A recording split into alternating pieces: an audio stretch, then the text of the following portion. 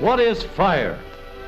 For centuries, for ages, men have known and used fire and flame without understanding much about them. Even today, the true nature of fire is something of a mystery.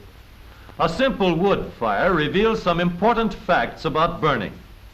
Wood contains a large amount of the element carbon. Carbon can burn only when it has plenty of air around it. If the supply of air is cut off, the fire goes out. On the other hand, the more air a fire gets, the hotter the flame. Air contains oxygen.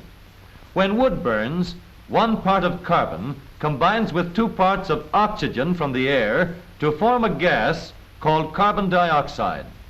In carbon dioxide, carbon has taken on all the oxygen it can use, so carbon dioxide won't burn. Carbon dioxide is much heavier than air. In fact, it can be poured, just like water. Carbon dioxide will put out a fire because it forms a smothering blanket over the flame. This is the basic principle of the modern fire extinguisher.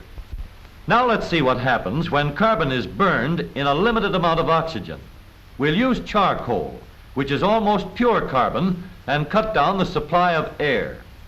Now the carbon takes on less oxygen, only half as much, and forms a gas called carbon monoxide. Because only half the carbon has been used up by the oxygen, carbon monoxide will burn. If carbon monoxide is allowed to escape unburned, half the energy in the carbon is wasted. So the efficiency of a fire can be measured by the amount of energy it wastes in carbon monoxide. The more efficient a fire, the less carbon monoxide it produces. Engineers have developed a precision measuring device to determine the exact amount of carbon monoxide produced in a fire. This device draws in a sample of the gases around the flame, measures the carbon monoxide, and shows the exact amount on an indicator.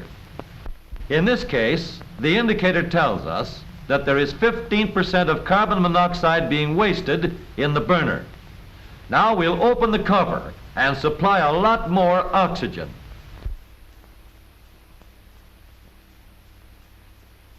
The carbon burns completely and the fire is hotter.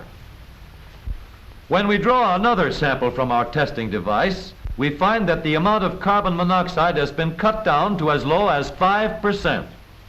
The carbon is combining with all the oxygen it can use. Engineers call this complete combustion.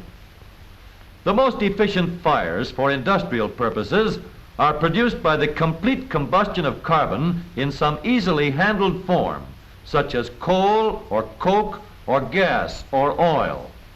Industrial fires must be carefully controlled so that the right amount of carbon is allowed to combine with the right amount of oxygen to avoid waste.